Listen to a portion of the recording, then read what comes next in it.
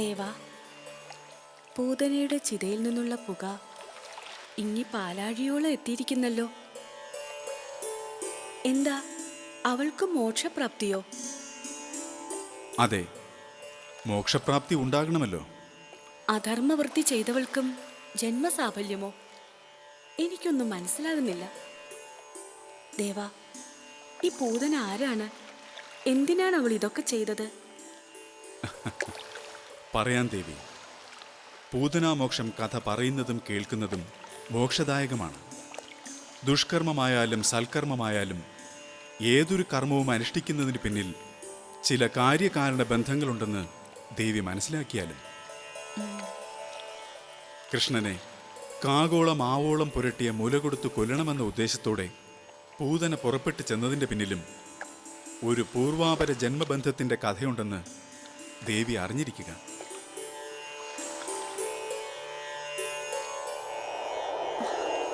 ദേവ, ആ പുകച്ചുരുളുകൾ ഇങ്ങോട്ടാണല്ലോ നീങ്ങി വരുന്നത്.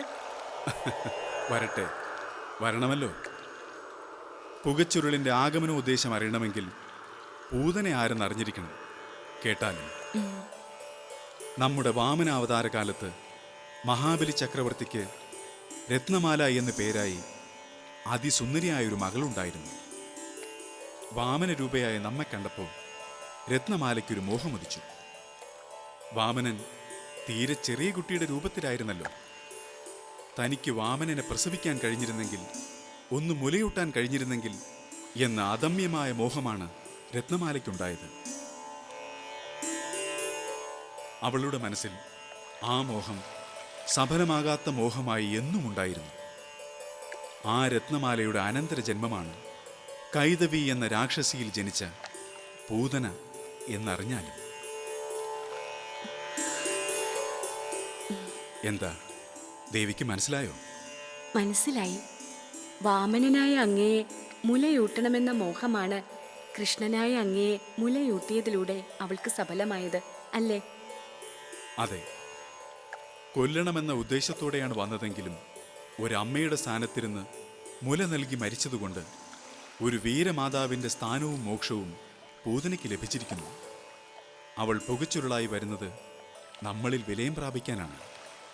ഇപ്പോൾ ദേവിക്ക് മനസ്സിലായില്ലേ? നമ്മുടെ ശ്രീകൃഷ്ണ അവതാരം പലരെയും നിഗ്രഹിക്കാൻ വേണ്ടി മാത്രമല്ല, അനുഗ്രഹിക്കാൻ കൂടിയാണെന്ന്. മനസ്സിലായി.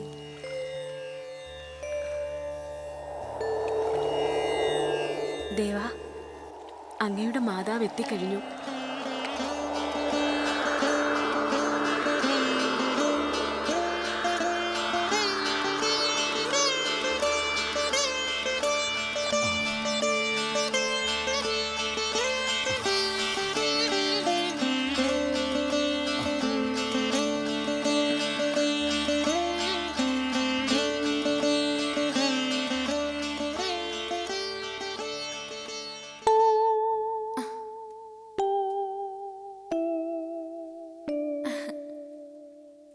കണ്ടുവോ നന്ദഗോപരാജനെ? കണ്ടു, ഒക്കെ അറിഞ്ഞു. എന്താ, കേൾക്കട്ടെ. കാത്തുകാത്തുണ്ടായൊരുണ്ണി, അതാ നന്ദഗോപർക്ക് കൃഷ്ണൻ. നന്ദഗോപരും യശോദാദേവിയും എന്നല്ല, പ്രജാവാസികൾ മുഴുവൻ കണ്ണന്റെ വരവ് തിമിർത്ത് ആഘോഷിക്കുകയാണ്. ജനിച്ച ഉടനെ ബ്രാഹ്മണ ശ്രേഷ്ഠരെ കൊണ്ട് സൂക്തമന്ത്രം ചൊല്ലിച്ചു. കൊമ്പും കുളമ്പും പൊന്നുകെട്ടിയ ഗോക്കൾ ആയിരങ്ങളെയാണത്രേ ദാനം ചെയ്തത്. രത്നങ്ങൾ വേറെ, സ്വർണ്ണനീരിൽ മുക്കിയെടുത്ത വിശേഷ വസ്ത്രങ്ങൾ, അതിനു പുറമെ 7 ദിക്കിൽ പൊലികൂട്ടി കൊടുത്തു എള്ള്. ദേവകി, ഒക്കെ നാം മനസ്സിൽ ഉറപ്പിച്ചിരുന്നതിലും ഏറെ. പിന്നെ ഉറക്കം, അമ്മയോടൊത്ത് ശയ്യാതലത്തിൽ ഒക്കെ കേട്ടു നിൽക്കുമ്പോൾ നന്ദഗോപരോട് ഒന്ന് ചോദിക്കാൻ മറന്നുപോയി. മുളച്ചുവോ കൊച്ചരി പല്ലുകളെന്ന്? ദേവി, അതിന് പ്രായമാകുന്നതല്ലേ ഉള്ളൂ.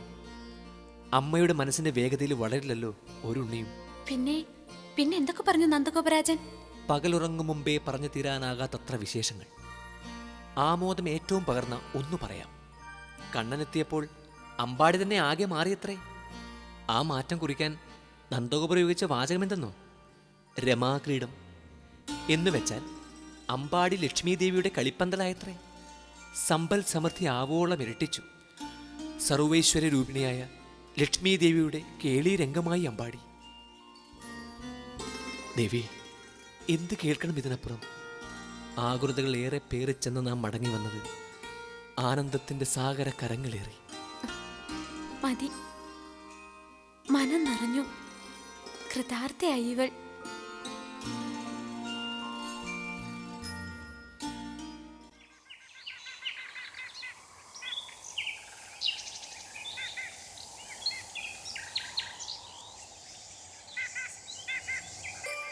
സത്വരജസ് തമോ ഗുണങ്ങൾ എന്താണെന്ന് നന്ദന് മനസ്സിലായില്ലേ?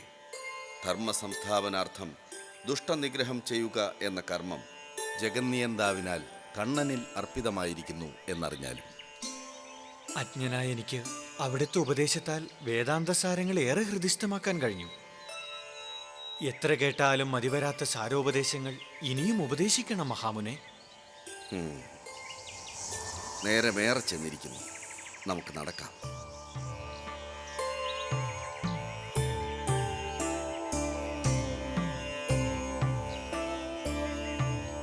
കണ്ണന്റെ ജനന സമയം ഏറെ വിശേഷപ്പെട്ടതാണെന്ന് സ്വാമികൾ പറഞ്ഞിരുന്നു.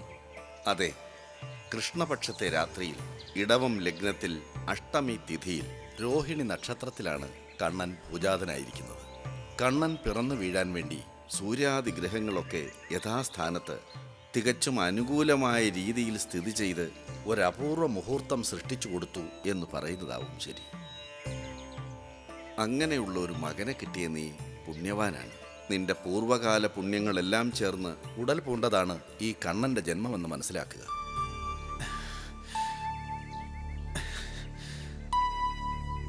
എന്തിനേറെ പറയുന്നു, നിനക്കോർത്തോർത്ത് അഭിമാനിക്കാൻ ഒരു സത്യം മാത്രം മതിയല്ലോ. നിന്റെ മകൻ കണ്ണൻ സാക്ഷാൽ വിഷ്ണു ഭഗവാന് തുല്യനാണ്.